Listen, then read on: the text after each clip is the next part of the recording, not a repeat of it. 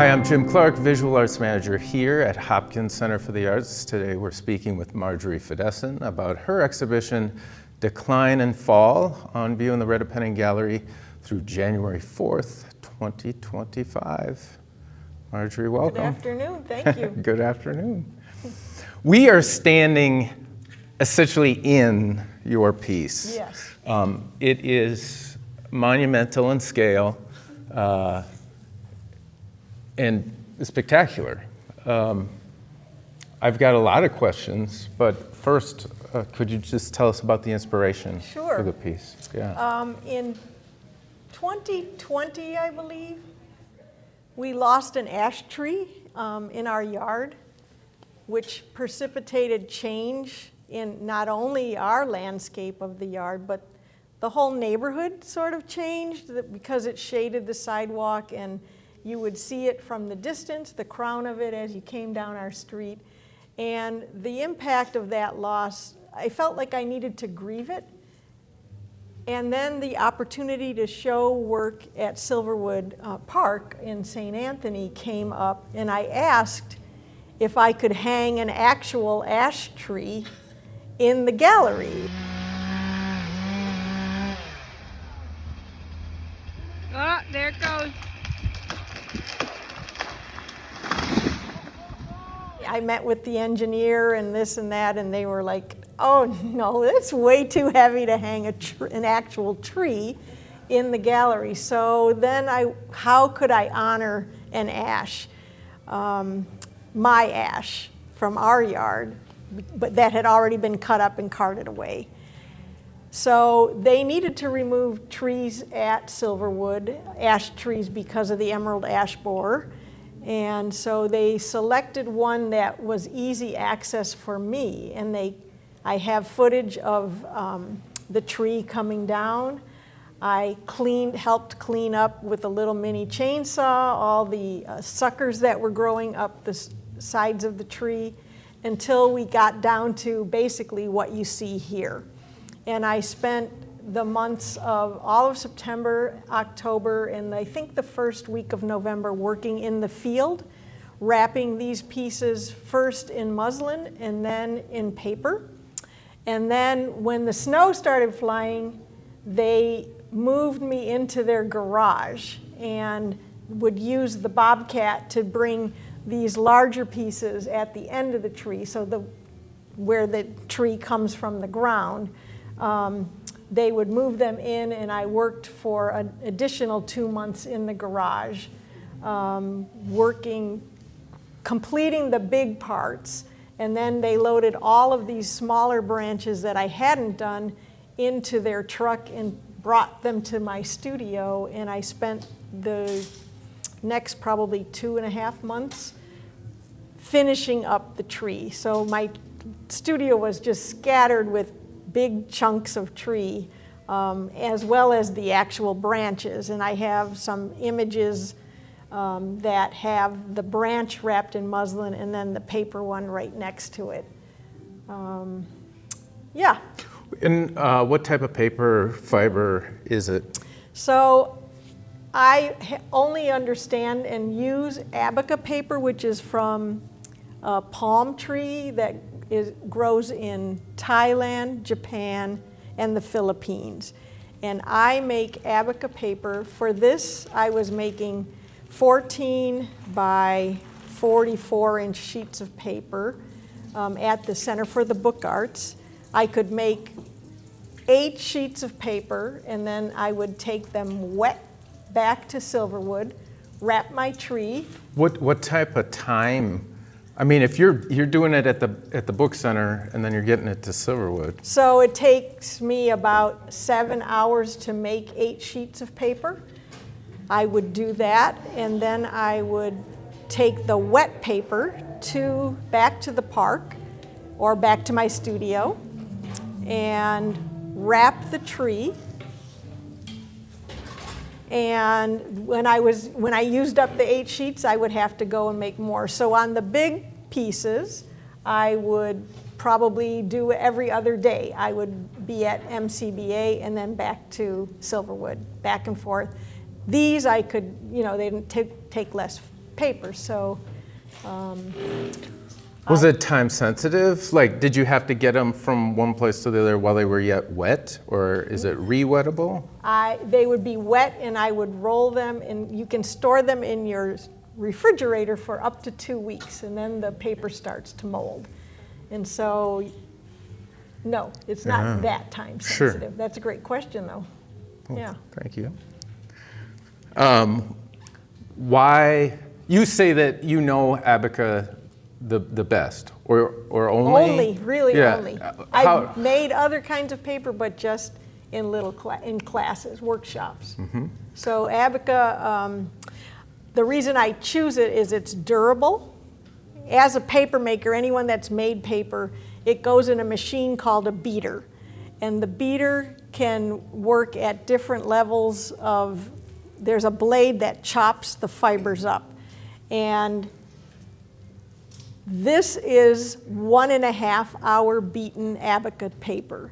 Other work that I've done, I use 4 hour, and what happens with Abaca is the more you beat it and the shorter the fibers become, the more it shrinks. And so I wanted this to shrink just enough so it would capture all the details of the bark without shrinking so much that it would all start popping open, which my first experiments were with 4 hour beaten, and they were a disaster. So then I just started backing it up.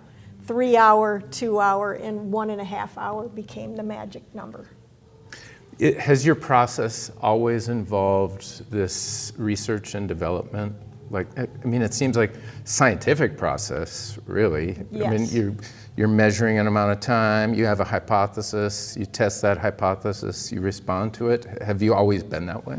So my background is in theater. I was a scenic artist and a design major. My degree's in theater design. And so, yes, research has always been a part of what I do.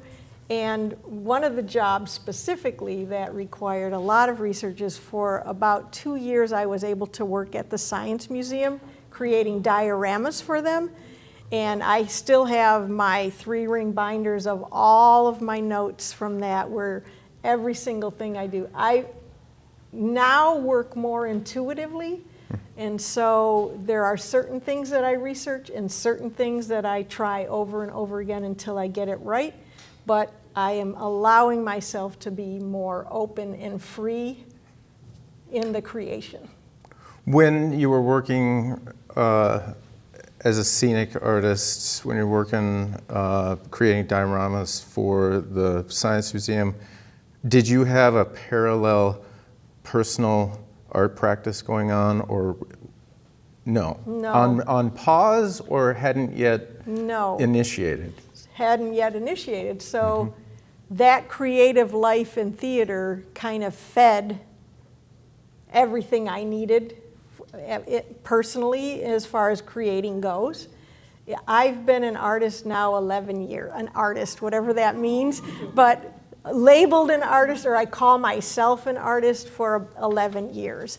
And it's that the background of theater that where I learned everything, electronics, everything except paper making, and ceramics, which I haven't even dabbled in yet, but I have this foundation of knowledge of materials and techniques that when I first came into being an artist, I was a fiber artist making felt. So I was taking wool fibers, which is very much like making paper. You're taking fibers and matting them together to make this strong substance. And I realized I had limited myself to felt making and was ignoring or setting aside all of those other things I knew how to do in order to take a deep dive.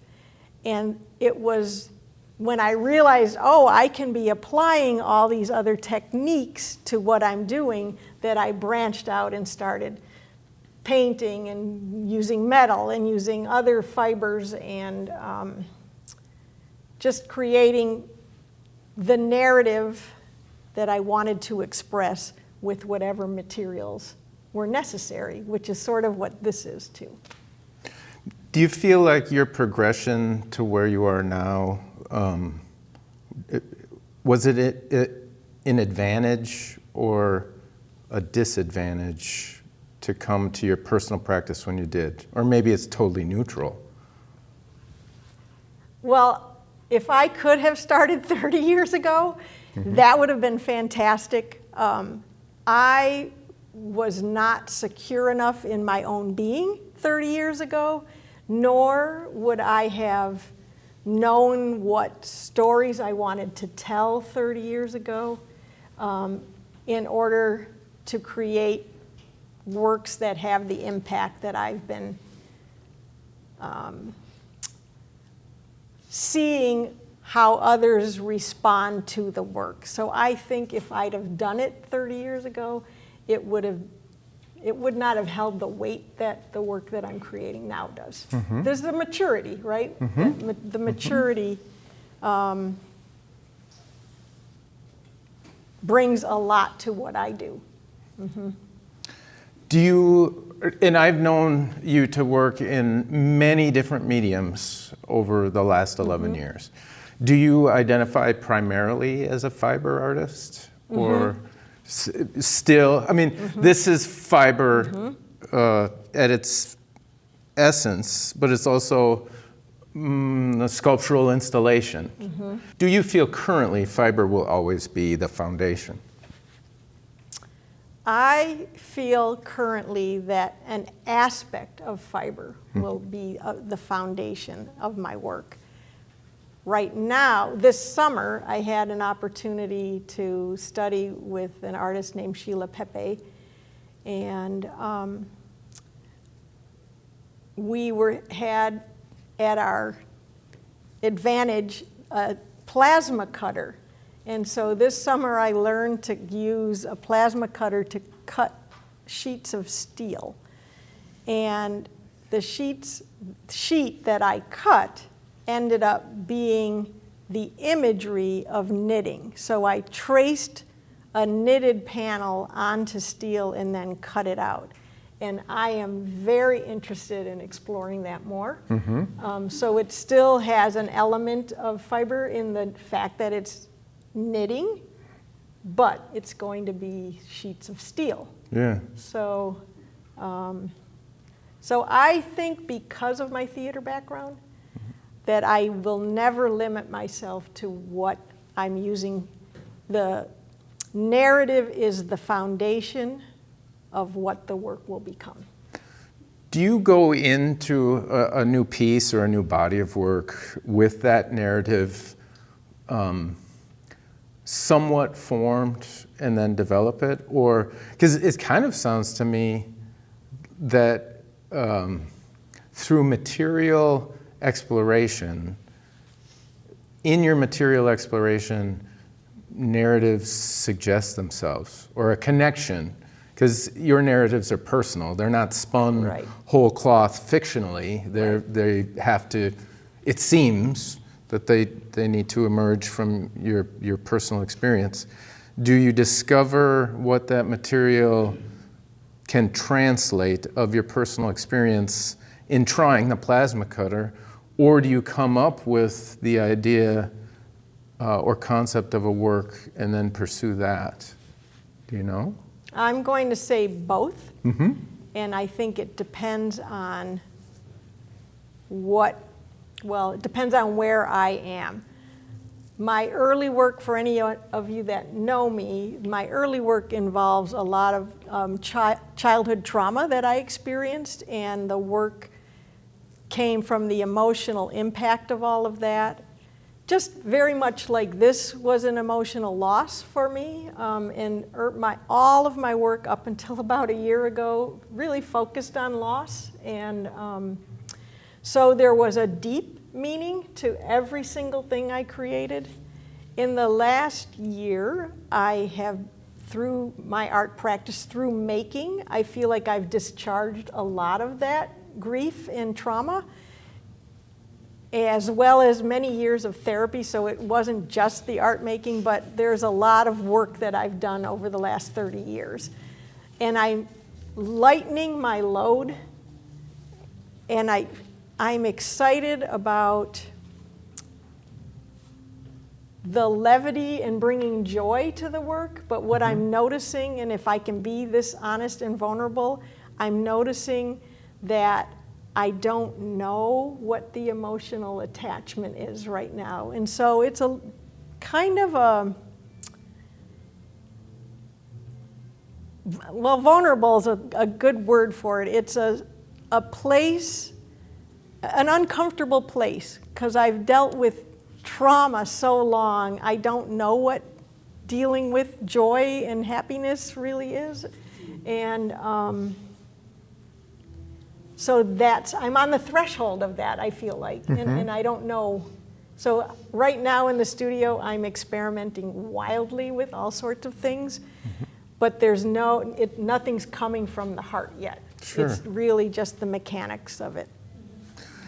In speaking of from a mechanical standpoint, logistically, like as you started to conceive this piece, did you work from study drawings? Did you create any maquettes to test? I mean, because it's a intimidating pursuit. You're clearly not easily intimidated if you're asking folks if you could hang an actual tree in the space. But, oh, no. You know, most people thinking of I mean, it feels like they'd get maybe an hour into it and go, you know, this is maybe I bit off more than I could chew. So how did you work in that direction, or did you just grab it by the horns and go? So that's a twofold answer. One is I definitely made tests of branches that I had just from my yard to see if it would work. Actually, I did a test and it worked. And so it's like, okay, let's go. And the second part of that answer is I'm constantly trying to prove something to myself. And so I take on these monumental projects knowing I could bomb incredibly or I could soar, and I never know when I'm starting what that's going to be like. But I'm compelled to take on giant projects. And I don't know what that's about, but if you go to my website, you'll see I do lots of large things, and I do intimate things too. But yeah, there's something about proving something to myself that these projects come from. We're going to get to the bottom of that today. Let's dig in. We need a couch, though. We presented an exhibition of your work a number of years ago. So when you speak of previous content and narratives, many of us know exactly what you're talking about. I think the objects in that show certainly suggested some of the points of the narrative, but it was maybe more oblique, looking at it indirectly, and this piece is a lot more direct and not, I would say illustrative, but I don't mean it to diminish it, but it is a tree. But it also suggests other associations. Like I can't help but think of sun-bleached whale bones or reef. Giant crustacean exoskeletons. Are you, because you're so narratively driven, how open are you to a viewer seeing things that you maybe didn't intend? Oh, I love that, actually. And once it's out of my hands, it's up to you to decide what you're seeing. So I am, as you can tell, I'm very chatty. And so I tend to write a lot about my narrative. And as I'm maturing as an artist, I'm leaving things behind and letting you decide what you're seeing rather than telling you, knocking you over the head with what you're seeing, what I'm creating. And yeah, so no, I love it, people, like when we were hanging it at Silverwood, a woman would come every day and have coffee and watch the process. It took 5 days to hang it there because it was the first time going up. And she would stop by every day and she said, today I see, like you said, a whale bones on the beach. Today I see a coral reef that's dying. And it's like, oh, I never would have thought of that. And so I think it helps me to hear the information that others are experiencing. Has there ever been an instance where the feedback maybe inspired you to pursue another iteration that dug into that? Especially that piece, the show Irreproachable, that was here in 2018. What that involved, that was an expression of when I was in high school, I was molested by a high school teacher, a trusted high school teacher, and I had been groomed for a couple of years. And that work that was started in 2016 kind of just grew and grew and grew. And after it was exhibited here, I continued to work on pieces. Really, the pieces that I worked on after it was exhibited here were more about what's going on nationally as far as childhood sexual abuse was going. And I did a series of embroideries and other pieces that were exhibited up in Duluth a couple or maybe 3 years later. And so I do, yeah, this piece, I think this is its final, you know, it's done. I don't think I'll continue to work on that. Yeah. How has the installation changed, if at all, since Silverwood? Somebody else asked that when they came in. There are 3 new pieces. So after this was hanging in Silverwood, I went back to the studio and actually finished the branches I didn't get done. I just couldn't physically finish it before it was hung there. And so this branch and the tiny one up in front and this branch were not exhibited at Silverwood. The other thing is Silverwood, if you've ever been there, is a giant open kind of octagonal space with windows exposing probably a third or more of the space. And outside, it was winter then also when I was exhibiting it. And outside those windows were all these birch trees that were clustered. And so in the snow, that was the snowy winter 2 years ago that we had. And so this was hanging in the gallery with this beautiful snowy landscape beyond it. And the roof there is pitched, and so we had to, each one of these had to be hung with such precision. We were using plumb bobs and lasers, and but we got there. And this was much easier because it's all one level. And actually, when we first hung it, it was higher, and what I felt was the audience wasn't able to interact with it like you are now. And so we ended up dropping it down 18 inches from where it started. And I like that you can experience it. I almost wish it could be even like this height, but then you wouldn't be able to walk in amongst it. And so it's been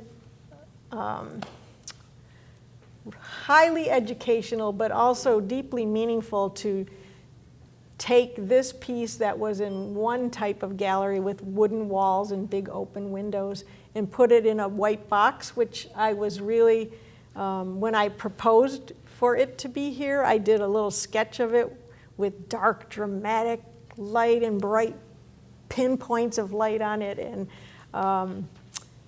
I'm kind of experiencing that now, so thank you. Were there things that you learned in both making and displaying this piece that you would do over again, like differently? Is there anything that you would do differently? One thing I wish I had were more of the branches that were part of the crown that would spread it out this way as well. It feels more two-dimensional in its 3D form. And so I think I would do that, yes. But that's it. I think it stands on its own, so yeah. The Abaca paper is quite durable. And you brought a couple that we could pass around. I'll just pass these around. You can feel the strength of it, which is what I love about it. It's almost indestructible. I mean, if it gets wet, you can destroy it, but in its dry form, it's indestructible. It's an archival fiber. I used archival glue to hold it all together. And you'll see as it comes around just how durable it is. And that's why I wanted a piece on the wall so that any guest could feel, what is this? And most people think it's fragile, and it ends up being, they end up being surprised by it all. Has there ever been an instance where a viewer shared their read on it, their interpretation, and you kind of bristled? No, not with any of the work I make. Really? Well, once someone saw a stegosaurus in my in a piece that was hanging out, and that was just curious. And then you look at it, it's like, okay, I can see the stegosaurus too. I can see what he was seeing. So, yeah. But it took you aback at first, but it was a way to see it through someone else's eyes. Someone else's eyes, and have a conversation about it then. For sure. So, yeah. For sure. Did you see a stegosaurus? No, I didn't. She's a wonderful artist. Oh, thank you. Let's open up to questions. I am very curious to know, after January 5th, where does this go? Because it's not like you can have a table and put your piece on it. Do you know anyone who could fit this in there? So I have stored it in my studio where everything sleeves together. It still takes up about 10 feet, and I have it in the air, but their pieces are so long that they come down almost to the floor. This may be its last showing. You told me it would be. I think, well, I changed my mind. That's all right. So, it is and it isn't, because it takes up a lot of space. And I noticed between the hanging at Silverwood and then now almost 2 years later, because they're all crammed together, the early pieces, the large pieces, even when I have them stuffed, are starting to ripple and lose their shape. And it's because the humidity changes in my studio. And So when you take this down, you're maybe bringing it home. I will bring it back to the studio. Yeah. Oh, okay. I was wondering if pieces like this sell, or it's too emotionally attached to you? No? No emotional attachment. I would sell this in a minute if I could. And honestly, I'm going to keep these shorter branches and just try selling them individually.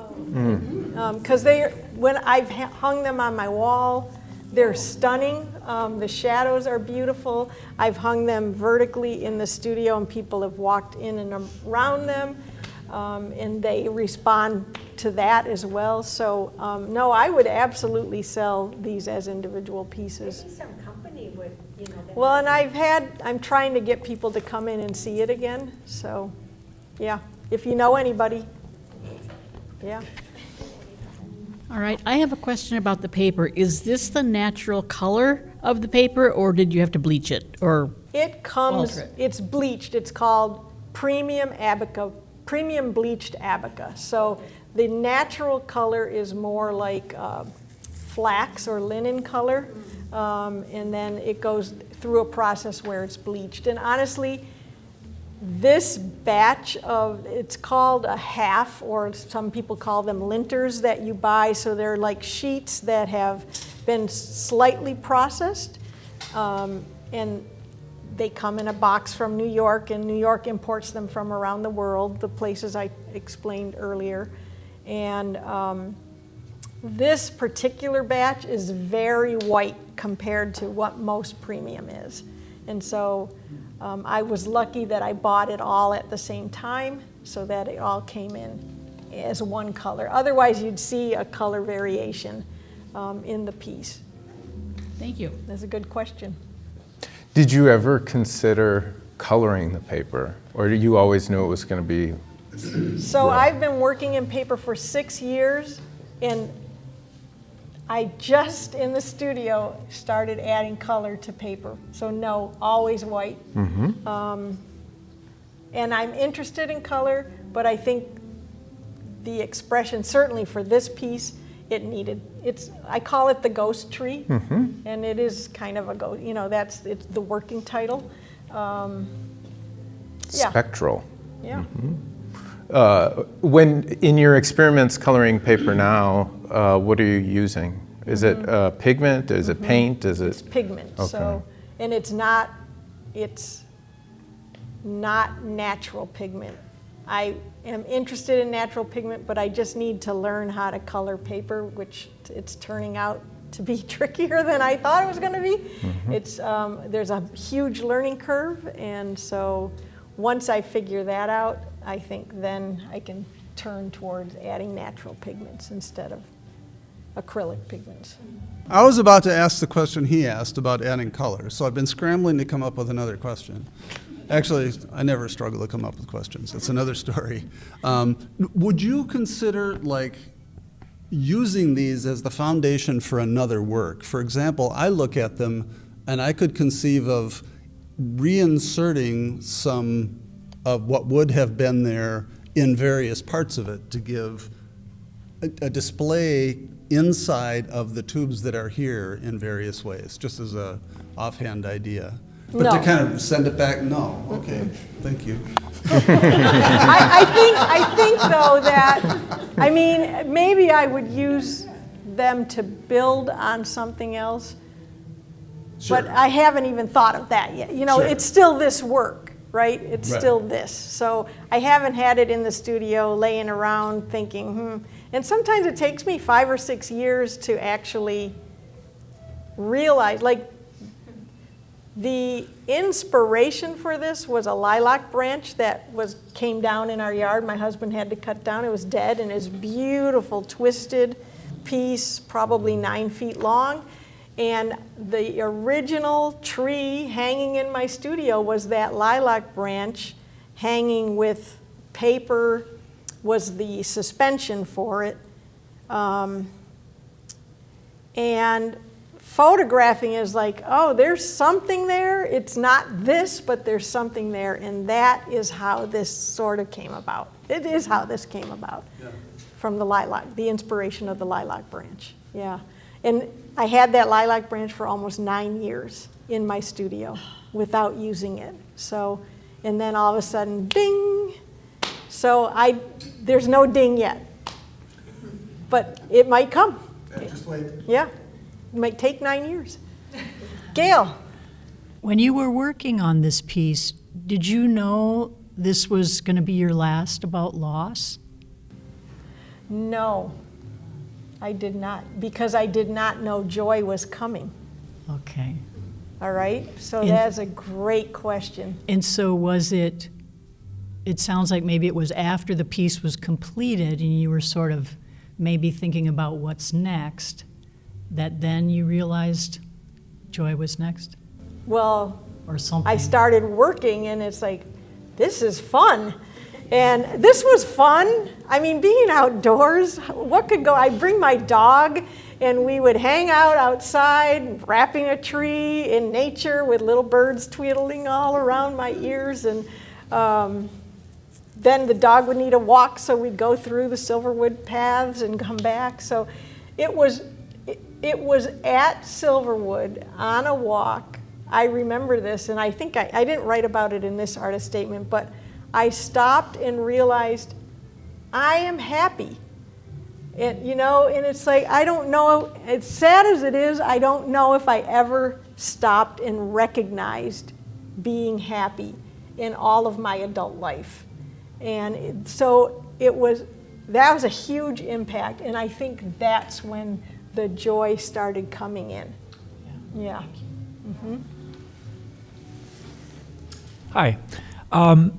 Could you speak to the aesthetic end of this? As I understand it, initially you would have been happy hanging the branch in Silverwood, but obviously this isn't a branch from Silverwood hanging from the ceiling. There were some decisions made about spaces and the surface, the color, just a number of decisions. How open are you to those decisions? Like, if this branch would have, for whatever reason, looked better twisted out to the side, or some decisions that would have moved us quite a ways from that original More tree. abstracting. You did some of that, but obviously you made some choices, and could you speak to that a bit? Mm-hmm. I'll try. So as I said, I used to plan things out early on in my career, and that was my theater background. You would draw it, you would make it, you would paint it. And so I originally started making art that way, where I have renderings of what I wanted to make, and then I would recreate that rendering exactly like it. And it was about 5 years into doing that I realized I could work intuitively. And then I embraced that entirely and never did any drawings. Now it's a combination of that. And I think this piece, yes, I wanted an entire tree in that space. I wanted to command that space that way. And in order to do that, we needed to cut it up so that I could work with the pieces.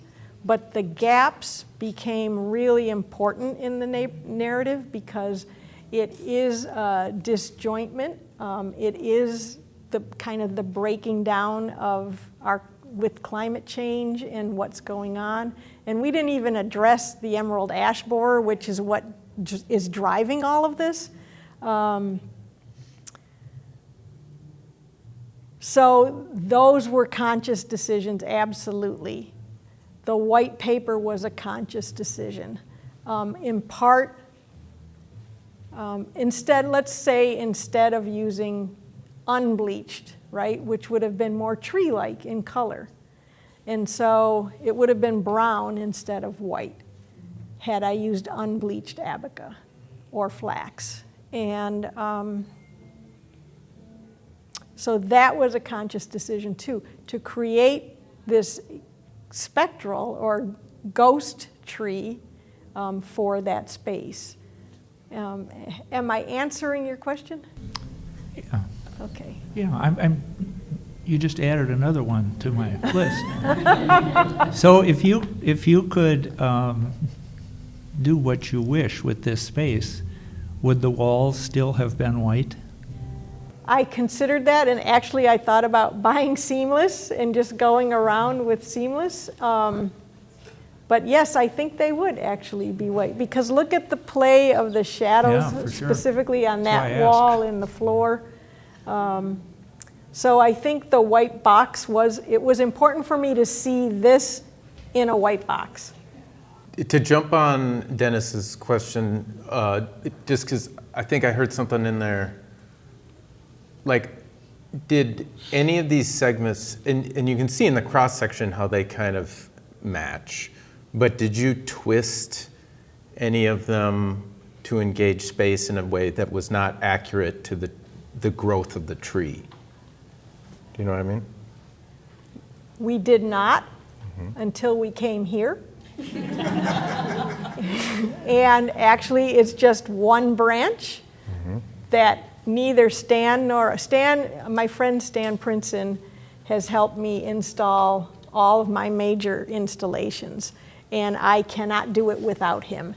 And I had this extra branch, and we could not remember where it went, and so we fudged this part to match up with that one.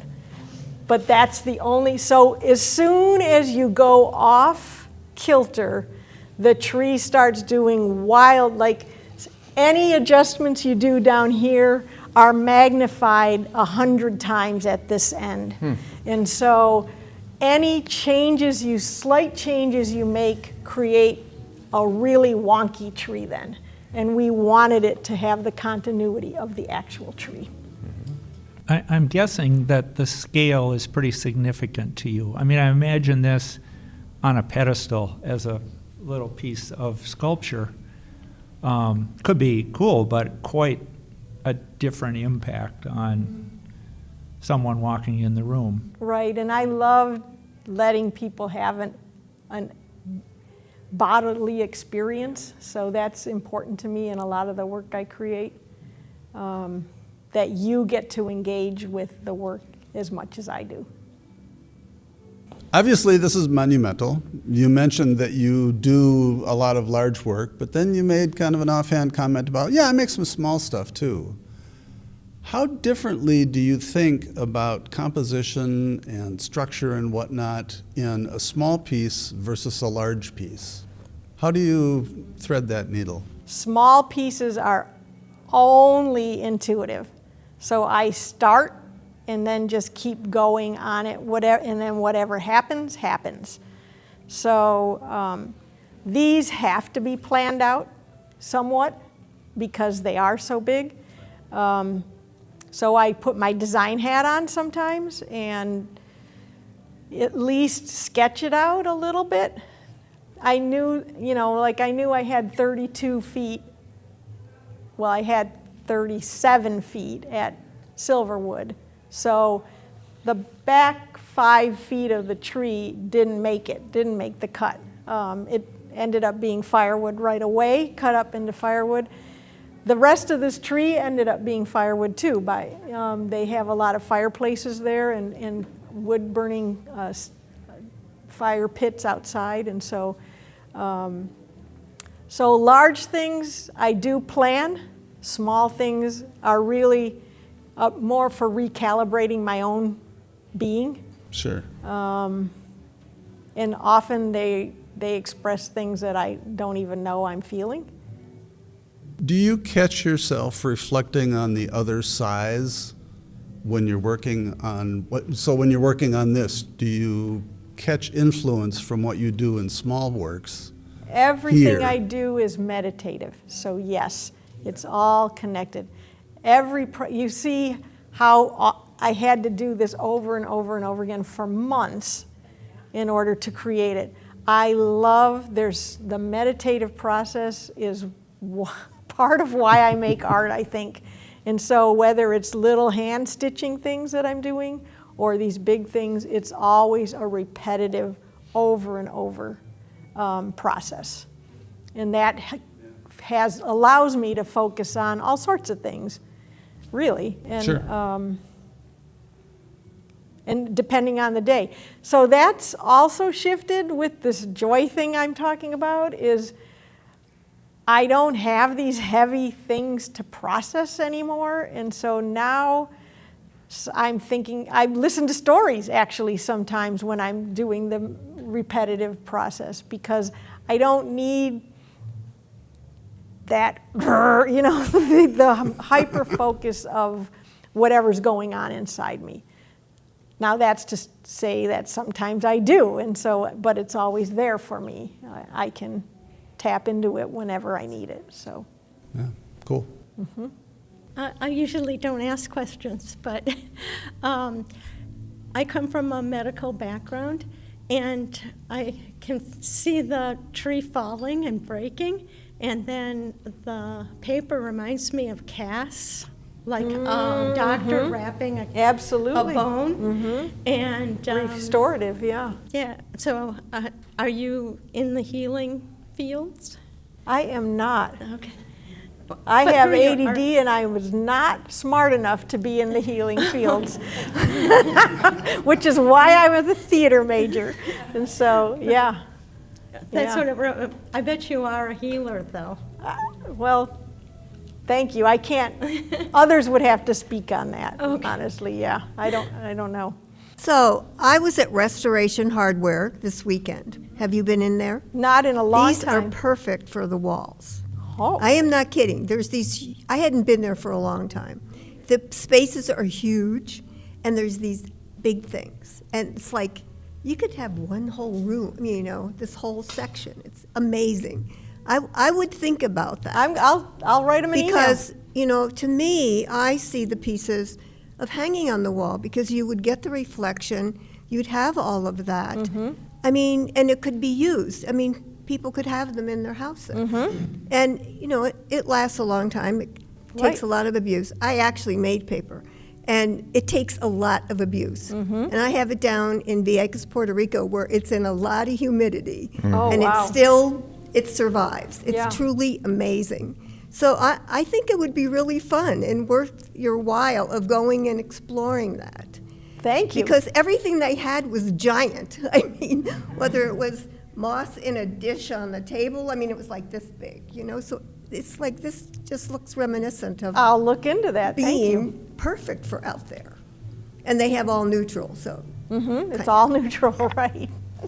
Well, thank you all. I really appreciate it. It was fun talking with you, and thank you Thank for you. allowing me to show this here and for this nice conversation. It's marvelous. No, I appreciate it. I learned some things. Yeah.